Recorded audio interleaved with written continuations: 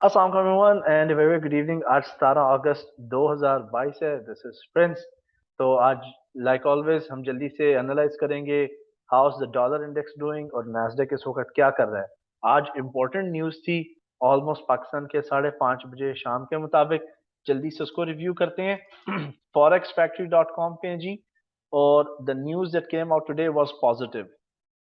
तो प्रीवियस जो था 0.9% था और एक्सपेक्टेड 0.1% था। दे वर एक्सपेक्टिंग अ ड्रॉप, लेकिन 0.4 इट्स जो एक्चुअल रिजल्ट्स आए हैं वो फोरकास्ट से ज्यादा बेहतर थे, because forecast was negative.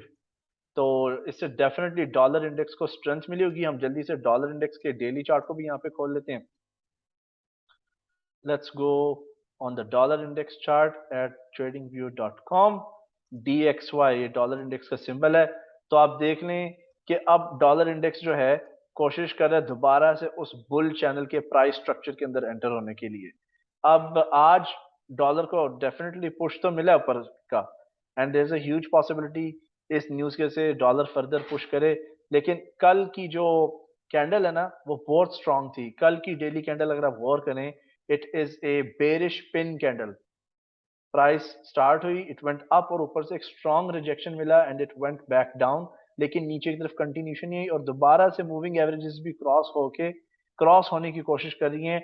Moving averages मर्ज हो चुकी हैं, लेकिन मूविंग एवरेजेस में भी वो कर्ल और एंगल नहीं आया ऊपर की तरफ का कि हमें ऊपर के ट्रेंड की इंडिकेशन मिले। प्रॉबली दे विल इधर डॉलर हो सकते हैं यहाँ पे साइडवेज ट्रेडिंग रेंज में थे 106.95 के पास पास। अदरवाइज जैसे आपको पहले बताया था कि ब्रीथ इन ब्रीथ आउट वाला चक्कर होगा यहाँ पे। The markets will drop, they will come back up, they will drop, then again they will come back up. इस तरह करके शायद how I feel it's going to happen. तो इन समरी पिछले 3 दिन का या 4 दिन की अगर हम परफॉर्मेंस देखें, इवन 1 2 3 4 5 पिछले 5 डे से including the red candles, dollar index जो है वो बुलिश रहा है। ये एक रीजन है आज की न्यूज खास तौर पे जिसके से नैस्डैक के ऊपर एक मनफी असर आया है।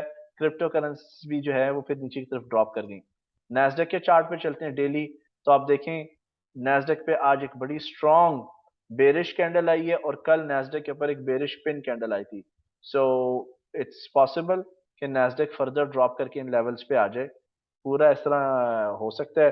कल की जो लो है वो भी टूट गई, परसों की लो भी टूट गई। कल हमने डिस्कस किया था अगर हम 15 मिनट के शॉर्ट टर्म टाइम फ्रेम पे जाएंगे, यहाँ पे बेयर क्रॉस सेल क्रॉस जो है अभी भी वैलिड है। कल जब हमने एनालाइज किया था ना मार्केट को, यहाँ पे सेल क्रॉस था लेकिन market went down, it took A final push towards the upside, लेकिन ये रेजिस्टेंस को तोड़ के बायर्स ऊपर कंटिन्यू नहीं कर सके प्राइसेस को। I feel maybe we going to come around this level 13,272।